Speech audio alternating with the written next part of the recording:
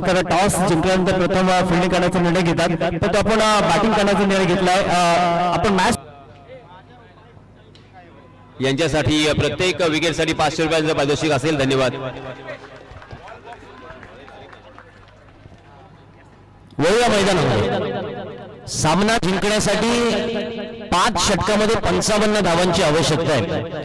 थोडस पाठीमागे पाहिलं तर 24 ला 55 बनवल्या होत्या, 30 ला 50 शीट समोर आहे.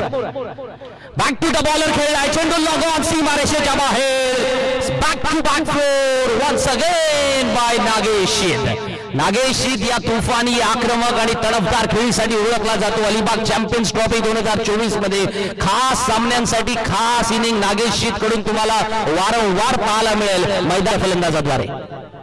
याही वेळेला चेंडू ठोकलाय सनग्लो रिसोर्ट मध्ये, सीमारेषेच्या बाहेर. दणदणीत धडाकेबाज संदीप, गेंद गई है पतरे पे और गेंदबाज खतरे पे.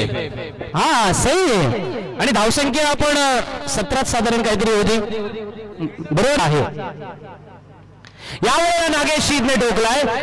अँगल एकच आहे आणि तो म्हणजे straight angle, top angle, straight and top. सरळ चेंडू सीमारेषा बाहेर. आणखीन एक दणदणीत षटकार.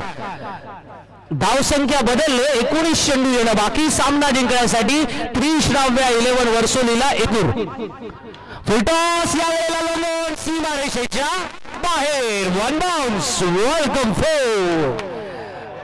धावसंख्या 40. 12 चेंडूंचा खेळ संपला. Out of the off stump जरूर होता, पण काय परफेक्ट ताकद आहे ना फटक्यातली. संघाचा नागेश शीत यावेळेला आणखीन एक चेंडू सीमारेषा पार. हा आणखीन एक चौकार.